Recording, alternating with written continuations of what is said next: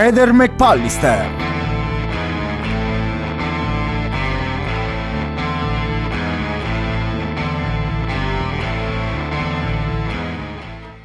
Oggi quindi sono state disposte nuove indagini, ma naturalmente qualcuno è preoccupato dal fatto che saranno gli stessi inquirenti che hanno effettuato le prime indagini ad effettuare anche queste. Per molto tempo gli inquirenti hanno mostrato un grande innamoramento alla tesi del suicidio, allora ci si chiede: ma saranno adesso in grado di effettuare delle indagini a 360 gradi?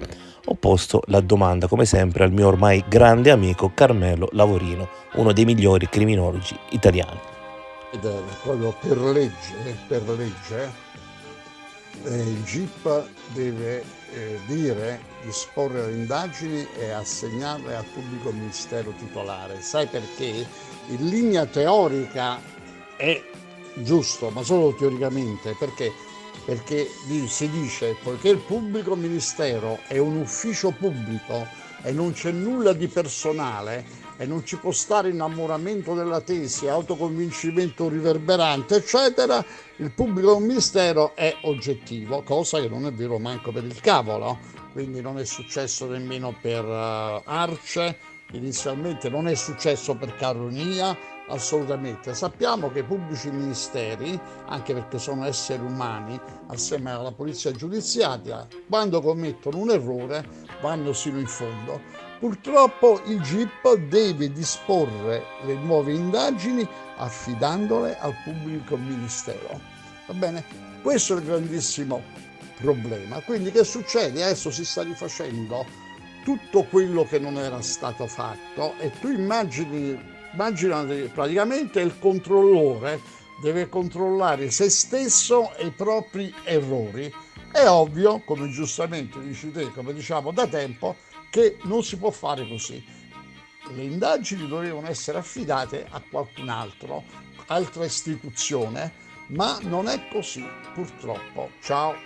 Il GIP ha sostanzialmente accolto le opposizioni con le osservazioni fatte in udienza circa i limiti interpretativi di determinati eventi e forse anche quelli scientifici che non hanno saputo confortare nell'ipotesi suicidiaria né quella omicidiaria. Ben vengano quindi le rivisitazioni scientifiche anche alla luce dei nuovi esami disposti. Lo afferma all'Adnkronos l'avvocato Paolo Bevilacqua, che tutela gli interessi di Sebastiano Visintin, marito di Liliana Resinovic. Il GIP ha disposto approfondimenti di indagine in relazione alla morte della donna, dopo la richiesta di archiviazione avanzata dalla procura alla quale si era opposto il marito della vittima, Sebastiano Visintin, e alcuni familiari. Il GIP nell'ordinanza ha disposto di procedere all'iscrizione per il reato di omicidio volontario a carico di ignoti. Nel provvedimento, che si articola in 25 punti, si chiede tra l'altro una nuova consulenza medico-legale, previa verifica sull'utilità di una riesumazione del cadavere della donna, a cui il marito Sebastiano Visintin si è già detto contrario, che accerti le lesioni riscontrate, la loro origine, il mezzo che le ha prodotte, la datazione, e ogni altro elemento utile a qualificare il decesso quale conseguenza di un'azione suicidaria o di un fatto attribuibile a terzi.